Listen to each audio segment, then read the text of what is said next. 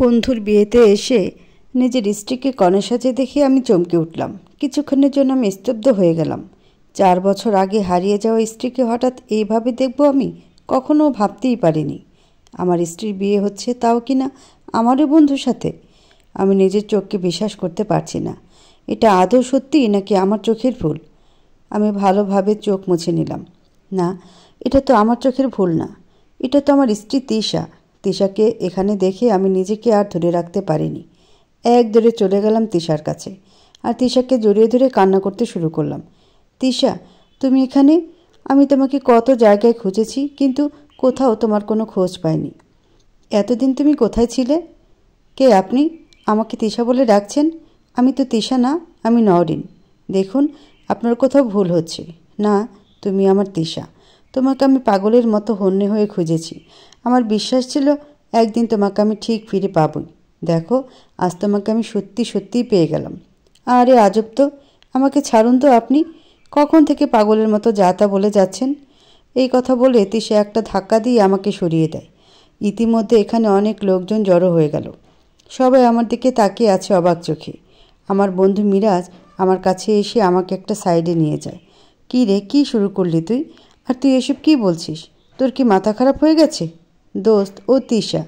তিশা মানে কি? ওর নাম তো নওরিন, আর ওর সাথে আমার 2 বছরের সম্পর্ক। আমরা একই সাথে পড়াশোনা করেছি। তুই পাগলের মতো কী সব বলছিস নিহান? তোকে তো নওরিন এর ব্যাপারে সব কথাই বলেছি। মিরাজ, আমার কথা বিশ্বাস কর, ও তিশা, আমার স্ত্রী তিশা। এবার আমি আবার চলে গেলাম তিশার কাছে। তিশা, তুমি কি আমাকে চিনতে পারছো না? আমি তোমার নিহান, তোমার ভালোবাসার নিহান। আমি জানি তুমি আমার উপরে রাগ করে আছো, সেজন্য এমন করছো, তাই না? দেখো, আমি কান ধরছি, আর কখনো তোমাকে আমি কষ্ট দেব না। প্লিজ তুমি আর এমন করো না তিশা, আমি তোমাকে অনেক বেশি ভালোবাসি। তিশার বাবা এগিয়ে আসে আমার দিকে। এই ছেলে, কি সমস্যা তোমার? কি চাও এখানে তুমি? কখন থেকে দেখছি পাগলের মতো কী সব বলছো তুমি? তুমি কে? আমি কিছু বলতে যাব এমন সময় আমার বন্ধু মিরাজ এসে আমাকে থামিয়ে দিয়ে বলল, সরি আঙ্কেল, ও আমার বন্ধু, আমি দেখছি ব্যাপারটা। কেমন মানুষ নিয়ে আসলে? Sorry uncle. এই কথা বলে মিরাজ আমাকে জোর করে একটা রুমে নিয়ে গেল, আর সে রুমের দরজা বন্ধ করে দিয়ে আমাকে বলল, নিহান, তুই কি এখানে আমার বিয়ে ভেঙে দিতে এসেছিস? কি শুরু করলি বলতে পারিস? তোর জন্য এখানে আমাদের সবার মান ইজ্জত মাটিতে মিশে যাচ্ছে। আরে তুই বুঝতে পারছিস না, তিশা আমার উপর অভিমান করে আছে, সেই জন্য ও আমার সাথে এমন করছে। তিশা আমাকে খুব ভালোবাসে। তুই একটু তিশাকে বুঝিয়ে বল প্লিজ, আমি ওকে ছাড়া মরেই যাব। তুই এই রুমের ভিতরেই থাক, এখান থেকে বের হবি না আমি না বলা অবধি। আমি গিয়ে কথা বলে আসছি। এই কথা বলে রুম থেকে বেরিয়ে যায় মিরাজ। রুম থেকে বের হয়ে দরজা বাহির থেকে বন্ধ করে দেয়। এবার মিরাজ সোজা তার হবু শ্বশুরের কাছে চলে গেল। আঙ্কেল, আমার বন্ধু যেসব বলছে এটা কি আসলেই সত্যি? আরে, এটা সত্যি হবে কি করে? তোমার এই বন্ধুটার মনে হয় মাথায় কোনো সমস্যা আছে। আমি আমার বন্ধুকে চিনি খুব ভালো করে। আচ্ছা, আমি কি একটু নরিনের সাথে কথা বলতে পারি? অবশ্যই পারো। মিরাজ এবার তিশার কাছে চলে গেল। তিশা খাটের উপরে চুপটি করে বসে আছে। মিরাজ গিয়ে তিশার পাশে বসে। নরিন, তোমার সাথে আমার কিছু কথা ছিল, আর তুমি সব সত্যি বলবে। কি জানতে চাও? আমার বন্ধু নিহান যা বলছে তা কি আসলেই সত্যি? আমি তো ওনাকে আজ প্রথম দেখেছি। ওনার মনে হয় কোথাও সমস্যা হচ্ছে। আমিও কিছুই বুঝতে পারছি না। হঠাৎ করে নিহান এমন আচরণ করছে কেন? আচ্ছা, আমি দেখছি। এই কথা বলে মিরাজ আবার নিহানের কাছে চলে আসে। নিহান, তোর কি হয়েছে বলতো? তুই এমন পাগলামি কেন করছিস? তোর কাছে এসব পাগলামি মনে হচ্ছে? দেখ ভাই, ওই আমার তিশা, আর তিশাকে আমি 4 বছর আগেই হারিয়ে ফেলছি। তিশা রাগ করে আমার থেকে দূরে চলে গেছে। এটা তো নরিন, তিশা না। ওই আমার তিশা। আচ্ছা, তোর কাছে কোনো প্রমাণ আছে যে নরিন যে তিশা? হ্যাঁ আছে, আমাকে একটু সময় দে, আমি বাসায় গিয়ে সব প্রমাণ নিয়ে আসছি। এই কথা বলে নিহান বের হয়ে চলে গেল। মিরাজ নিহানের দিকে তাকিয়ে রইল। এইদিকে বিয়ের সব কাজ শুরু হতে লাগলো। কিছুক্ষণ পার হয়ে গেল। মিরাজ নিহানের অপেক্ষায় এখনও বসে আছে, কিন্তু নিহানের কোনো খোঁজ নেই। কাজী সাহেব চলে এসেছে। মিরাজের শ্বশুর হিলাল সাহেব মিরাজের খোঁজ করতে করতে সেই রুমে চলে আসে যেখানে মিরাজ আগে থেকে এসে অপেক্ষা করছে নিহানের। বাবা, তুমি এখানে? আর আমি তোমাকে সব জায়গায় খুঁজলাম। কাজী সাহেব অপেক্ষা করছে তোমার জন্য। আঙ্কেল, আর একটু অপেক্ষা করুন, নিহান প্রমাণ আনতে গিয়েছে। কিসের প্রমাণ? ও বলছে নরিন নাকি তিশা তার। আরে, তোমার বন্ধুর মাথায় সমস্যা আছে। দেখো এসব বলে পালিয়ে গিয়েছে, তুমি আসো তো। এই কথা বলে হেলাল সাহেব মিরাজের হাত ধরে কাজী সাহেবের কাছে নিয়ে যায় আর তাকে বসিয়ে দেয় নরিনের সাথেই। অন্যদিকে নিহান খুব তাড়াতাড়ি করে বাসায় চলে যাচ্ছে। রাস্তায় কোনো গাড়ি না থাকায় পায়ে হেঁটেই রওনা দিল। নিহানের চোখে বারবার ভেসে উঠছে তিশার মুখ। এদিকে কাজী সাহেব বিয়ের সব কিছু রেডি করে ফেলে। তখন মিরাজ কাজী সাহেবকে বলল, কাজী সাহেব আর একটু অপেক্ষা করুন, আমার বন্ধুকে আসতে দিন, ও আসলে বিয়ের কাজ শুরু করবেন প্লিজ। আর কতক্ষণ অপেক্ষা করব? অনেকক্ষণ তো হয়ে গেল, প্লিজ আর একটু অপেক্ষা করুন। অন্যদিকে নিহান অন্যমনস্ক হয়ে হাঁটা শুরু করে। দূর থেকে একটা ট্রাক দ্রুত গতিতে এগিয়ে আসছে। নিহান হাঁটতে হাঁটতে কখন যে রাস্তার মাঝখানে চলে গেল সে খেয়ালই করেনি। ট্রাক খুব দ্রুত গতিতে ছুটে আসছে। ড্রাইভার কয়েকবার হর্ন বাজায়, কিন্তু হর্নের তীব্র শব্দও সে শুনতে পাচ্ছে না। ট্রাকের দূরত্ব নিহানের থেকে তেমন একটা দূরে না। ড্রাইভার গাড়ি ব্রেক করার চেষ্টা করে, কিন্তু নিহান ট্রাকের খুব কাছে থাকায় ট্রাকের সাথে ধাক্কা খেয়ে নিহান রাস্তার এক পাশে গিয়ে পড়ে যায়। তার শরীর থেকে রক্ত বের হতে শুরু করে দেয়। নিহান এবার চোখ খুলে তাকিয়ে দেখে সে চোখের সামনে সব ঝাপসা দেখছে। শরীরে কোনো শক্তি পাচ্ছে না নিহান। এইদিকে কাজই আর অপেক্ষা করতে পারছে না। এইভাবে আমার সময় নষ্ট করতে পারেন না আপনারা, আমার সময়ের মূল্য আছে। এবার মিরাজ পকেট থেকে ফোন বের করে নিহানের নাম্বারে ফোন দেয়, কিন্তু ফোন বেজেই যাচ্ছে। নিহান ফোন রিসিভ করছে না। একে একে কয়েকবার কল দেয়, কোনো রেসপন্স না পেয়ে এবার মিরাজ বিয়ে শুরু করতে বলে। বিয়ের কাজ শুরু হয়ে গেল। নরিনকে এনে মিরাজের পাশে বসালো। নরিনকে মিরাজের সামনে নিয়ে আসতেই মিরাজ মুগ্ধ হয়ে তাকিয়ে থাকে নরিনের দিকে, কারণ নরিনকে অসাধারণ সুন্দর লাগছে আজকে। খুব সুন্দর করে সাজিয়ে আনা হলো। কাজী সাহেব সব কিছু রেডি করে মিরাজকে কবুল বলতে বলল। মিরাজ কবুল বলার ঠিক আগ মুহূর্তে মিরাজের ফোন বেজে ওঠে। সে ফোনের দিকে তাকিয়ে দেখে নিহানের নাম্বার থেকে ফোন এসেছে। মিরাজ কবুল না বলে আগে ফোন রিসিভ করে। হ্যালো, কী রে, তোকে আমি কখন থেকে ফোন দিচ্ছি, রিসিভ করিসনি কেন? আসসালামু আলাইকুম। মিরাজ কণ্ঠটা শুনে বুঝতে পারে এটা নিহান না, এটা অন্য কারোর ভয়েস। ওয়ালাইকুম আসসালাম, কে আপনি? আর নিহানের ফোন আপনার কাছে কেন? আসলে এই ফোন যার, তিনি এখন হাসপাতালে আছেন। হাসপাতালে মানে কি? কি হয়েছে নিহানের? ওনার অ্যাক্সিডেন্ট হয়েছে। আমরা কয়েকজন মিলে ওনাকে হাসপাতালে নিয়ে আসছি। কল লিস্টে আপনার নাম্বার দেখলাম, তাই কল দিলাম। নিহান এখন কোথায় আছে?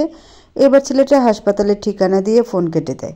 ফোন কেটে দিয়ে বিয়ের আসর থেকে উঠে দাঁড়িয়ে যায় মিরাজ। মিরাজকে দাঁড়িয়ে যেতে দেখে তার হবু শ্বশুর বলল, কি হয়েছে তোমার, দাঁড়িয়ে গেলে কেন? নিহানের অ্যাক্সিডেন্ট হয়ে গিয়েছে, ওনাকে হাসপাতালে ভর্তি আছে, আমার এক্ষুনি যেতে হবে।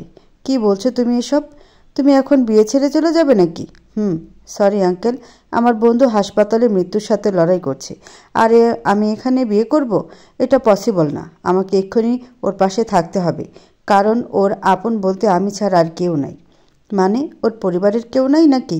না, এখন এত কথা বলার সময় নেই, আমাকে এক্ষুনি হাসপাতালে যেতে হবে। বিয়ের কাজটা শেষ করে যাও, না হলে আমার মেয়ের ক্ষতি হয়ে যাবে। মানুষ আমাদের আজে বাজে কথা বলবে। দেখুন, এত সময় আমার কাছে নাই, সরি, ক্ষমা করবেন। এই কথা বলে মিরাজ নরিনকে সরি বলে বের হতে যাবে, এমন সময় নরিন মিরাজকে দাঁড়াতে বলে। মিরাজ সাথে সাথে দাঁড়িয়ে যায়। প্লিজ নরিন, তুমিও তোমার বাবার মতো বলবে না। দেখো, ওর আমি ছাড়া কেউ নেই। আমি তোমাকে আটকানোর জন্য দাঁড় করাইনি, আমিও তোমার সাথে যাব। নরিনের কথা শুনে মিরাজ অনেক খুশি হয়ে যায়। মিরাজ নরিনকে নিয়ে বের হতে যাবে, তখনই হিলাল সাহেব বলে সেও যাবে। এবার সবাই তাড়াতাড়ি হাসপাতালের দিকে চলে যেতে থাকে। কিছুক্ষণের মধ্যেই সবাই হাসপাতালে পৌঁছে যায়। হাসপাতালের ভিতরে গিয়ে নিহানের খোঁজ নিয়ে নিহানের কেবিনে চলে যায়। নিহানের কেবিনে গিয়ে দেখে নিহানের পুরো শরীরে ব্যান্ডেজ করা। ডাক্তার এসে জিজ্ঞেস করে এই রোগীর বাড়ির লোক আসছে কিনা। মিরাজ ডাক্তারের কাছে চলে গেল। ডাক্তার, ওর এখন কি অবস্থা? আমি ওর বন্ধু। ও আচ্ছা, তা ওনার মা বাবা কোথায়? ওর মা বাবা কেউ বেঁচে নেই। আচ্ছা, যাই হোক, রোগীর অবস্থা তেমন একটা ভালো না। ওনার চিকিৎসা এই হাসপাতালে করা সম্ভব না। আপনি ওনাকে অন্য হাসপাতালে নিয়ে যান। আমি আপাতত রক্ত বন্ধ করার জন্য ব্যান্ডেজ করে দিয়েছি। আমি একটা হাসপাতালের ঠিকানা লিখে দিচ্ছি, ওনাকে দ্রুত সেখানে নিয়ে যান। ওকে ডাক্তার। এবার ডাক্তারের দেওয়া ঠিকানা অনুযায়ী নিহানকে নিয়ে বেরিয়ে পড়ে। এইদিকে নিহানের অবস্থা ধীরে ধীরে ক্রিটিক্যাল হতে থাকে। নিহান মুখ দিয়ে কোনো শব্দ বের করতে পারছে না, ভালোভাবে তাকাতেও পারছে না, শুধুই চোখ দিয়ে পানি পড়ছে। মিরাজ নিহানের হাত ধরে বলে, চিন্তা করিস না, কিছু হবে না তোর, আমি আছি তোর সাথে। মিরাজের সাথে নরিন আর তার বাবাও আছে। কিছুক্ষণের মধ্যে তারা হাসপাতালে পৌঁছে যায়। হাসপাতালের সামনে যেতেই ডাক্তার ডাক্তার বলে ডাকতে থাকে মিরাজ। মিরাজের শব্দ শুনে কয়েকজন ডাক্তার চলে আসে আর নিহানকে তাড়াতাড়ি করে নিয়ে চলে যায় অপারেশন রুমে। নিহানকে ঘুমের ইঞ্জেকশন দিয়ে একজন ডাক্তার বেরিয়ে আসে। ওনার শরীরের অনেক জায়গায় কাটা গিয়েছে আর ওনার শরীর থেকে অনেক রক্ত বেরিয়ে গেছে। এখন আমাদের ইমিডিয়েট রক্তের প্রয়োজন। আমাদের স্টক শেষ হয়ে গেছে। রক্তের গ্রুপ কি? এ পজিটিভ। হুট করে নরেন বলে উঠল, ডাক্তার আমার এ পজিটিভ, আমি রক্ত দেব। কথাটা শুনে মিরাজ অনেক বেশি খুশি হয়ে গেল।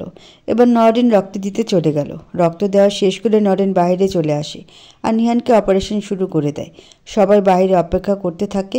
হঠাৎ করে মিরাজ বলে ওঠে, আমার জন্য এসব হয়েছে। আমি যদি তখন বিশ্বাস করতাম তাহলে আজ আমার ভাইয়ের মতো বন্ধুকে এত কষ্ট করতে হতো না। দেখো বাবা, এতে তোমার কোনো দোষ নেই। মিরাজ মাথা নিচু করে অঝরে কান্না করতে থাকে। নরেন মিরাজের কাছে এসে বলল, আচ্ছা মিরাজ, ওনার সাথে তোমার কতদিনের পরিচয়? 2 বছরের চলছে। মাত্র 2 বছর?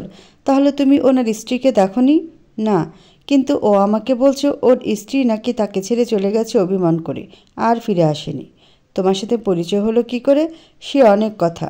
আজকে যে আমি এখানে দাঁড়িয়ে আছি সেটা ওর জন্যই আর ওর পরিবারের জন্য। বুঝলাম না। ওকে আমি বুঝিয়ে বলছি। তাহলে শোনো। ফ্ল্যাশব্যাক। সেদিন আমি আমার এক ফ্রেন্ডের বাড়ি থেকে বাসায় ফিরছিলাম। রাত তখন প্রায় 12টা বাজে। রাস্তায় কোনো গাড়ি নেই। হঠাৎ করে একটা গাড়ি আসতে দেখি আমি হাত দিয়ে ইশারা করতেই গাড়িটা আমার সামনে এসে থেমে যায়। আর তখন গাড়ির ভেতরে ছিল নিহান আর তার মা বাবা। নিহানের আব্বু গাড়ি ড্রাইভিং করছিল। উনি আমাকে বলল, কে তুমি বাবা? আঙ্কেল, আমাকে একটু সামনে নামিয়ে দিবেন প্লিজ? আসলে অনেক রাত হয়ে গেছে, কোনো গাড়িও পাচ্ছি না আমি। যদি একটু লিফট দিতেন উপকার হতো। ওকে, কোনো সমস্যা নেই, তুমি গাড়িতে আসো। আমি গাড়িতে উঠে খেয়াল করলাম নিহান চুপচাপ গাড়ির ভিতরে বসে আছে। ও একটিবার আমার দিকে তাকায়নি। আমি হাত বাড়িয়ে হাই বললাম। ও হাত মিলিয়ে আবার চুপচাপ হয়ে গেল। আমি আর কিছুই বললাম না। হঠাৎ করে গাড়িটা মাঝপথে থেমে যায়। সামনে তাকিয়ে দেখি নিহাল আর তার কয়েকজন বন্ধু দাঁড়িয়ে আছে। নিহালের সাথে আমার আগে থেকে ঝামেলা চলছে।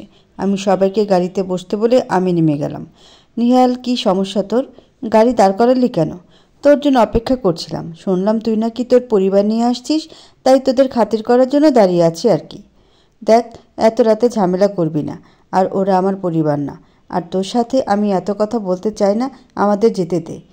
কেন রে? না দিলে কি করবি তুই? দেখবি কি করি আমি। এই কথা বলতেই কয়েকজন এসে মিরাজকে ধরে ফেলে। এটা দেখে নিহান গাড়ি থেকে নেমে আসে। কি সমস্যা আপনাদের? আপনারা এমন করছেন কেন? ওনাকে ছাড়ুন। এই কথা বলে নিহান মিরাজকে ছাড়ানোর চেষ্টা করে। তখনই নিহানের গায়ে হাত তুলে নিহাল। নিহান রেগে গিয়ে নিহালকে মারতে শুরু করে। এবার ওদের মধ্যে ঝগড়া লেগে যায়। নিহালের হাতে বন্দুক ছিল। নিহাল কিছু করতে না পেরে গাড়ির দিকে এগুলি করতে শুরু করে। আর গ্লাস ফুটো হয়ে সেই গুলি লাগে নিহানের মা বাবার বুকে। এটা দেখে নিহালও পালিয়ে যায় তার পোলাপানদের নিয়ে। নিহানের মা বাবা মৃত্যুর সময় নিহানকে আমার হাতে তুলে দেয়। আর আমরা দুজনেই ওই শহর ছেড়ে চলে আসি। কারণ নিহান অনেকবার ওদের সাথে গ্যাঞ্জাম করছে। আমি আর কাউকে হারাতে চাইনি বলে এই শহরে চলে এলাম। ছেলেটার আপন বলতে আমি ছাড়া আর কেউ নেই। এবার বাস্তবে ফিরে আসি। এসব বলছে আর অঝরে কান্না করছে মিরাজ। মিরাজের কথা শুনে সবার খুব খারাপ লেগে যায়। এবার অপারেশন শেষ করে ডাক্তার বেরিয়ে চলে আসে। ডাক্তারকে দেখে সবাই এগিয়ে যায়। ডাক্তারের মুখ দেখে কেমন যেন লাগছে। মিরাজ ডাক্তারকে বলল, ডাক্তার, আমার বন্ধু ঠিক আছে তো? ডাক্তার নিশ্চুপ। ডাক্তারকে নিশ্চুপ দেখে ঘাবড়ে যায় মিরাজ। মিরাজের মনের ভিতর ভয় চলে আসে। মিরাজ আবার ডাক্তারকে বলল, কি হলো ডাক্তার, আপনি এইভাবে চুপচাপ হয়ে আছেন কেন? কিছু তো একটা বলুন। দেখুন, 24 ঘন্টা না গেলে কিছুই বলতে পারছি না। কারণ ওনার এখনও জ্ঞান ফিরে আসেনি। দোয়া করুন 24 ঘন্টার মধ্যে ওনার জ্ঞান ফিরে আসলে তো ভালো। ডাক্তার, আমি কি ওর সাথে দেখা করতে পারি? ওনাকে কেবিনে নেওয়া হবে, তারপর দেখা করতে পারবেন, তবে কোনো কথা বলবেন না।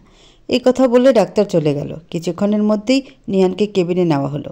মিরাজ রিহানের কেবিনে গিয়ে দেখে নিহান জ্ঞানহীনভাবে পড়ে আছে। মিরাজ বের হয়ে আসতেই তিশা আর তার বাবা মিরাজের দিকে এগিয়ে আসে। কি অবস্থা ছেলেটার? এখনও জ্ঞান ফিরে আসেনি। ডাক্তার তো বলল জ্ঞান না ফিরলে কিছুই বলতে পারবে না। আঙ্কেল, রাত তো অনেক হয়ে যাচ্ছে, আপনারা বাসায় চলে যান। ঠিক আছে, কিন্তু তুমি? আমি এখানেই থাকবো, আমার কোনো সমস্যা হবে না। কিছুক্ষণ পরে দুজনেই চলে যায়। মিরাজ নিহানের কেবিনে বসে থাকে আর অপেক্ষা করে কখন রিহানের জ্ঞান ফিরে আসে। দেখতে দেখতে সকাল হয়ে যায় আর তখনই নিহানের জ্ঞান ফিরে আসে। নিহানের জ্ঞান ফিরেছে দেখে মিরাজ তাড়াতাড়ি ডাক্তারকে ডেকে নিয়ে আসে। ডাক্তার নিহানকে ভালোভাবে দেখে। ভয় পাওয়ার মতো তেমন কিছু হয়নি। ঠিকভাবে দেখাশোনা করলেই আশা করা যায় উনি খুব দ্রুত ঠিক হয়ে যাবে। উনি মাথায় আর পায়ে আঘাত পেয়েছে। ডাক্তার, নিহান ঠিক হয়ে যাবে তো? চিন্তা করবেন না। আর আপনি চাইলে ওনাকে বাসায় নিয়ে যেতে পারেন 2-3 দিন পরে। ধন্যবাদ ডাক্তার। ডাক্তার ওয়েলকাম বলে চলে গেল। মিরাজ নিহানের পাশে বসে নিহানের মাথায় হাত রাখতে নিহান চোখ খুলে তাকায়। এখন কেমন আছিস নিহান? ভালো। মিরাজ, কি থেকে কি হয়ে গেল কিছুই বুঝতে পারলাম না। আমি তো সব প্রমাণ আনার জন্য বাসায় যাচ্ছিলাম, কিন্তু হঠাৎ করে এই অ্যাক্সিডেন্ট। নিহান, এসব বাদ দে, আগে তুই সুস্থ হয়ে নে। আর তুই আমাকে বল কি হয়েছিল তোদের মাঝে যে তিশা তোকে ছেড়ে চলে গেল। তাহলে শোন, ফ্ল্যাশব্যাক। আমাদের বিয়ের আগে আমাদের 1 বছরের রিলেশন হয়। আসলে আমার পরিচয়টা হয় ভার্সিটির মধ্যে। আমরা দুজন একই ক্লাসে ভর্তি হলাম। আমি ক্লাসে বসে আছি, আর আজ আমাদের প্রথম ক্লাস ছিল। ক্লাসে সবাই অপরিচিত, কাউকে চিনি না, তাই কারোর সাথে কথা বলতেও পারছিলাম না। একা একা বসে রইলাম। সবাই দেখলাম জোড়া জোড়া, আমিই শুধু একা বসেছিলাম। 2 জন ছেলে আমার সাথে পরিচয় হলো। ওদের একজনের নাম অব্র আর অন্যজনের নাম সজীব। ওরা দুজনেই আমার আগের বেঞ্চে বসে আছে। ওদের কাছে আমার নাম পরিচয় সব কিছুই বললাম। ক্লাস শুরু হয়ে যাবে এমন সময় হুট করে একটা মেয়ে আসে ক্লাসে, আর মেয়েটাকে দেখিয়ে আমার চোখ আটকে যায় মেয়েটার দিকে। জীবনে প্রথম কাউকে ভালো লাগার অনুভূতিটা বুঝতে পারলাম। তিশা আশেপাশে তাকিয়ে কোনো সিট খালি না দেখে আমার পাশে এসে বসে। তিশা আমার পাশে বসতেই আমার হার্টবিট ক্রমশ বাড়তে শুরু করে। আমি নিজেকে শান্ত করার অনেক চেষ্টা করলাম। এটাই ছিল প্রথম ভালো লাগার অনুভূতি। হঠাৎ করে তিশা আমার দিকে হাত বাড়িয়ে বলল, হাই, আমি তিশা। আমি তিশার চোখের দিকে তাকাতে পারছিলাম না। এই যে হ্যালো, আপনাকে বলছি। আমার কথা কি শুনতে পারছেন না? জি, আমি নিহান। আমি আর কিছু না বলে চুপচাপ হয়ে রইলাম। আসলে তখন তিশার সাথে কথা বলতেও আমার খুব লজ্জা লাগছিল। আজকের প্রথম ক্লাসটা শেষ করে আমি আমার বাসায় চলে গেলাম। পরের দিন ক্লাসে যাওয়ার জন্য রেডি হয়ে রাস্তায় বের হলাম, কিন্তু আজকে রাস্তায় একটা গাড়িও চোখে পড়ছে না। তাই পায়ে হেঁটে ভার্সিটি যাওয়ার সিদ্ধান্ত নিলাম। তাই আর দেরি না করে হাঁটা শুরু করলাম। হঠাৎ আমার সামনে একটা শব্দ আসলো, মনে হলো কেউ আমাকে ডাকছে। পাশে তাকিয়ে দেখি তিশা। তিশা রিকশার মধ্যে বসে আছে। আপনি হেঁটে যাচ্ছেন কেন? আসলে আজকে রাস্তায় কোনো গাড়ি পাচ্ছি না, তাই হেঁটেই রওনা দিলাম। রিকশায় উঠে আসুন। না না, সমস্যা নেই, আমি হেঁটেই চলে যেতে পারবো। হেঁটে যেতে অনেক সময় লাগবে, হয়তো টাইম মতো ক্লাসে যেতে পারবেন না। তিশার কথা শুনে আর কিছু না বলে রিকশার মধ্যে উঠে বসলাম। এবার দুজনেই কথা বলতে বলতে পৌঁছে গেলাম। তিশা ভাড়া মিটিয়ে ক্লাসে চলে গেল। কাল যাদের সাথে পরিচয় হয়েছে তারা মাকে ডেকে নিয়ে গেল। তাদের সাথে কিছুক্ষণ আড্ডা দিলাম। ওদের সাথে খুব ভালো একটা বন্ধুত্ব সৃষ্টি হলো।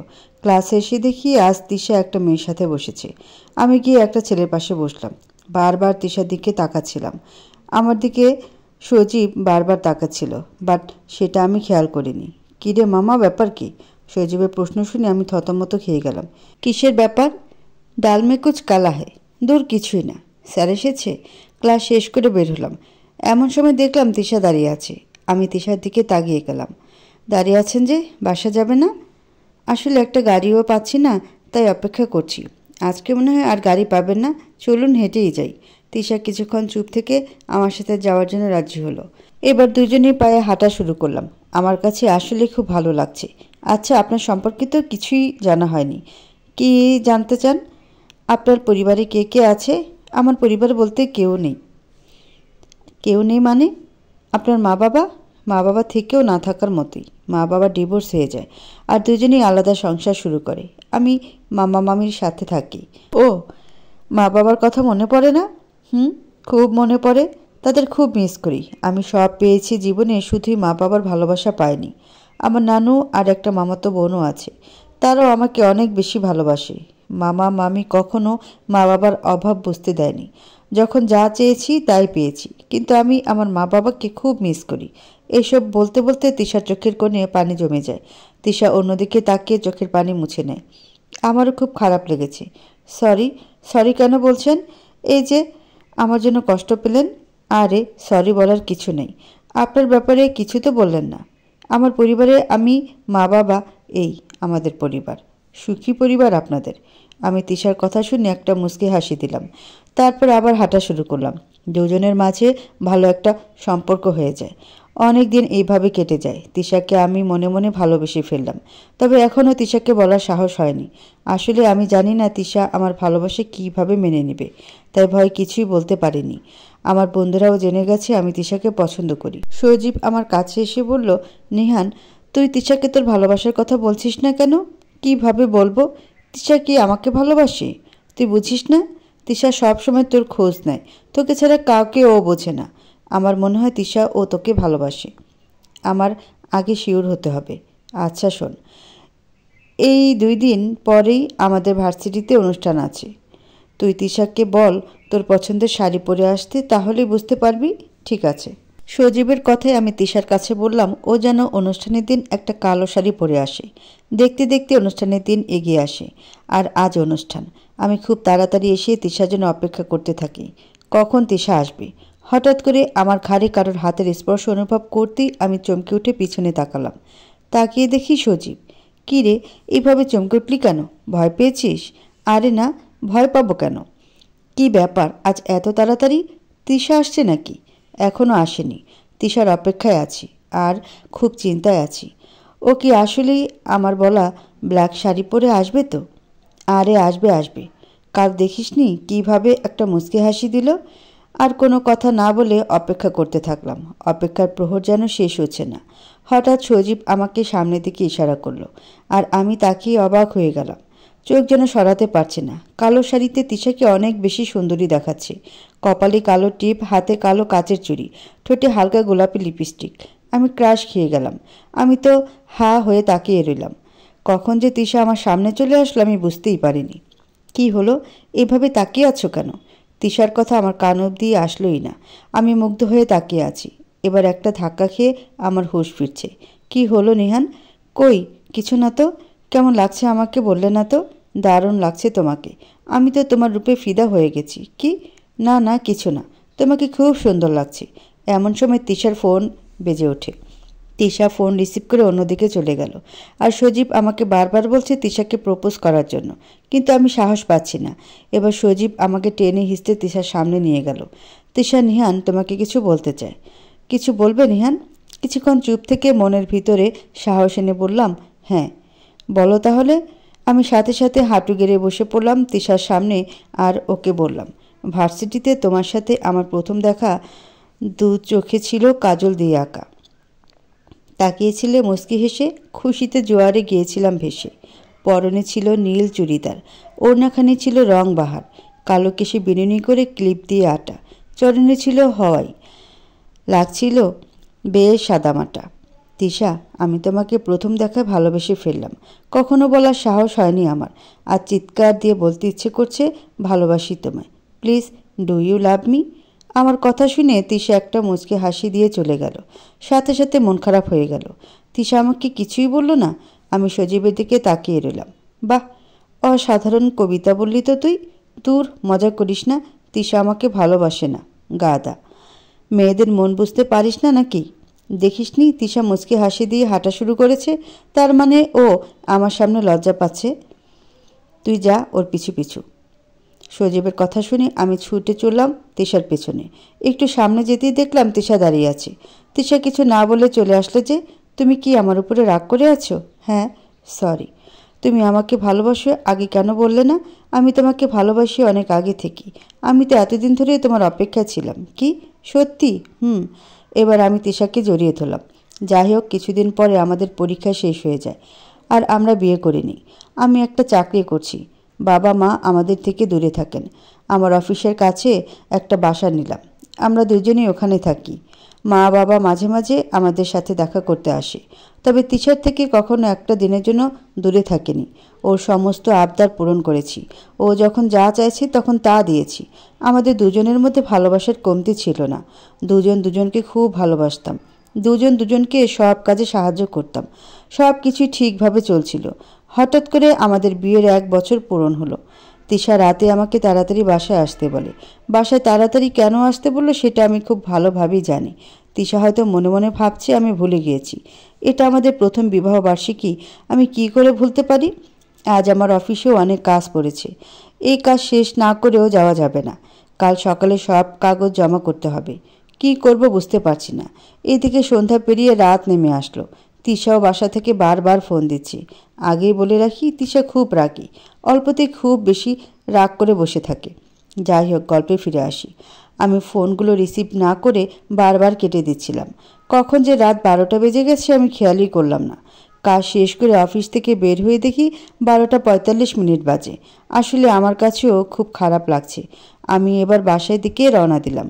কিছুক্ষণের মধ্যে বাসায় পৌঁছে গেলাম। বাসার দরজার মধ্যে কলিং বেল বাজালাম। কিছুক্ষণের মধ্যে তিশা এসে দরজা খুলে দিল। দেখলাম তিশা চুপচাপ হয়ে আছে। আমি তিশার চুপচাপ থাকার ব্যাপারটা বুঝতে পেরে ওকে বললাম, তিশা সরি, অফিসে জরুরি কাজ ছিল। সরি বলতে হবে না, কী কাজ ছিল আমি জানি। কখনো তো একটা ফুলও আমাকে উপহার দাওনি, কখনো আমাকে ভালো একটা জিনিস গিফট দাওনি, কখনো আমার জন্মদিনে একটা উইশ অবধি করলে না, কখনো তোমাকে তার জন্য আমি কিছুই বলিনি নিহান। কিন্তু আজ তুমি আমার সাথে যেটা করলে ওটা তুমি ঠিক করনি। তিশা কথাগুলো বলছে আর কান্না করছে। এটা সত্যি যে আমি তিশাকে কখনো কোনো উপহার দেইনি। তিশা চোখের পানি মুছে আবার বলল, সারাদিন কতটা আশায় ছিলাম, তুমি আমার সব আশায় পানি ঢেলে দিলে। তিশা, আমার বিষয়টা বোঝার চেষ্টা করো। আমি আর তোমার কোনো কথা শুনতে চাই না। আমি আর তোমার সাথে সংসার করতে চাই না নিহান। এইভাবে আমি তোমার সাথে থাকতে পারবো না। বাহ, এই তোমার ভালোবাসা তিশা? এই কারণে তুমি আমার সাথে সংসার করতে চাও না? তিশা, একটা কথা বলো তো, আমি কি কখনো তোমার অযত্ন করেছি? হ্যাঁ, আমি কোনো ডে সেলিব্রেট করি না, কারণ এসব আমার কাছে কিছুই মনে হয়নি। তুমি আমার সাথে যতদিন আছো আমার কাছে 365 দিন স্পেশাল লাগে। আলাদা করে স্পেশাল দিন আমার লাগে না। আমি প্রতিদিন তোমাকে নতুন করে ভালোবাসি। ভালোবাসার মধ্যে কোনো আলাদা করে ডের প্রয়োজন হয় না তিশা। এসব বলে আর কোনো লাভ নেই নিহান। তুমি আমাকে কেমন ভালোবাসো সেটা আজ প্রমাণ করে দিলে। আসলে আমি বুঝতে পেরেছি সব কিছুই। কই, আগে তো তুমি এমন ছিলে না। কখনো তো আমার ফোন ইগনোর করতে না। যতই কাজ থাকতো তুমি সব ফেলে আমার কাছে চলে আসতে। হয়তো তুমি এখন নতুন কাউকে পেয়েছো, তার জন্য এমন করছো। তিশার মুখে কথাটা শুনে আমি আর নিজেকে কন্ট্রোল করতে পারলাম না। গায়ে সব শক্তি দিয়ে তিশার গালে দিলাম এক চড়। তিশা গালে হাত দিয়ে কান্না করতে শুরু করে। বাহ নিহান, আজ তুমি আমার গায়ে হাত তুললে। তোমার ভালোবাসা আজ আমার জানা হয়েছে। আমি আর থাকতে চাই না তোমার সাথে। তোমার মতো মানুষের সাথে আমি এতদিন থেকেও তোমার আসল রূপ আমি দেখতে পেলাম না। আজ তুমি দেখিয়ে দিলে। এই কথা বলে তিশা নিজের রুমে চলে গেল। আর সে কিছুক্ষণের মধ্যেই নিজের জামাকাপড় গুছিয়ে বের হয়ে চলে আসে আমার সামনে। তিশা আমার সাথে কোনো কথা না বলে বাসা থেকে বের হয়ে যেতে যায় এত রাতে। তিশা, তুমি কি পাগল হয়ে গেলে? এত রাতে তুমি কোথায় যাবে? দেখো, আমি ইচ্ছে করে তোমার গায়ে হাত তুলতে চাইনি, আর আমি চাইনি তোমার গায়ে হাত তুলতে। প্লিজ তিশা, এমন করো না। আমি তোমাকে সত্যিই অনেক বেশি ভালোবাসি। তিশা আমার কোনো কথা না শুনেই বাসা থেকে বের হয়ে যায়। আমি অনেক আটকানোর চেষ্টা করি, কিন্তু তিশা আমার কোনো কথাই শোনেনি। তিশা একটা গাড়িতে উঠে চলে যায়। তিশা নিজের ফোন অফ করে রাখে। আমি ওর নাম্বারে বারবার কল দিতে থাকি। ওটাই ছিল তিশার সাথে আমার শেষ দেখা। একদিন পার হয়ে যায়, কিন্তু তিশার ফোন এখনও অফ। আমি ওর মামা বাড়ি চলে যাই, কিন্তু সেখানে গিয়ে দেখি কেউ নাই। ঘরে তালা ঝুলছে। আমি কয়েকজনকে জিজ্ঞেস করে জানতে পারি তারা নাকি এই বাসা ছেড়ে চলে গেছে। আমি অঝরে কান্না করছিলাম তখন। আমি আশেপাশে সব জায়গায় খোঁজ লাগাতে থাকি, কিন্তু কোথাও আমি তিশার খোঁজ পাইনি। আমার বাবা মা আমাকে দেখতে চলে আসে। দেখতে দেখতে অনেক দিন কেটে যায়। তারপর থেকে আমি আর তিশার খোঁজ পাইনি। এমন কোনো জায়গায় আমি বাদ রাখিনি যেখানে আমি তিশার খোঁজ নিইনি। কিন্তু আমি তিশার খোঁজ পেলাম না। এবার বাস্তবে ফিরে আসি। মিরাজ, আমি ওই দিনের ঘটনার পরে তিশাকে তোর বিয়েতে দেখলাম। বিশ্বাস কর, ও আমার তিশা। আমি তিশাকে চিনতে ভুল করিনি। আমি প্রথম দেখায় তিশাকে চিনতে পেরেছি। হঠাৎ করে সামনের দিকে তাকিয়ে দেখি তিশা আর তিশার বাবা দাঁড়িয়ে আছে আমাদের সামনে। মনে হয় আমার সব কথাই তারা শুনতে পেয়েছে। এবার তারা আমাদের দিকে এগিয়ে আসে। মিরাজ তাদের দেখে বলল, আঙ্কেল, আপনারা কখন আসলেন? অনেক আগে এসেছি আমরা, আর তোমাদের সব কথাই আমি শুনেছি। তিশার বাবা নিহানের পাশে এসে নিহানের মাথায় হাত রেখে বলে, এখন কেমন আছো বাবা? ভালো আঙ্কেল। আসলে আমারই সব দোষ। আমার জন্য তোমার আজ এই অবস্থা হয়েছে। আমি যদি তোমাকে অবিশ্বাস না করতাম আর যদি প্রথমেই সত্যিটা বলে দিতাম তাহলে এসব কিছুই হতো না। আঙ্কেলের কথা শুনে মিরাজ বলল, কি বলছেন এসব আপনি? আপনার কথা আমি বুঝতে পারছি না আঙ্কেল। বাবা, আমি যদি তখন বলে দিতাম ও আসলে তিশা, তাহলে আজ এত কিছু হতো না। আমি তিশাকে হারাতে চাইনি বলে তখন আমি সত্যিটা কাউকে বলতে পারিনি। আমাদের কোনো সন্তান না থাকায় আমরা তিশাকে নিজের মেয়ে করে রেখে দিই। তিশা বলে উঠল, এসব কি বলছো বাবা তুমি? আমি তিশা মানে কি? মারে, তুই আসলে আমাদের নিজের মেয়ে না। আমরা তোকে রাস্তায় পেয়েছিলাম, তোর মামা আমার হাতে তুলে দিয়ে যায়। বাবা, এসব তুমি কি বলছো? আমি বলছি, সব কিছু বলছি। সেদিন আমি আর তোর মা মানে আমার স্ত্রী একটা বিয়ে বাড়ি থেকে ফিরছিলাম। তখন অনেক রাত। হঠাৎ দেখলাম একটা গাড়ি অ্যাক্সিডেন্ট হয়ে পড়ে আছে। আশেপাশে অনেক লোকজন জড়ো হয়ে আছে, কিন্তু কেউ গাড়ির দিকে এগিয়ে আসছে না। তখন আর কোনো উপায় না পেয়ে আমি গাড়ির সামনে চলে গেলাম।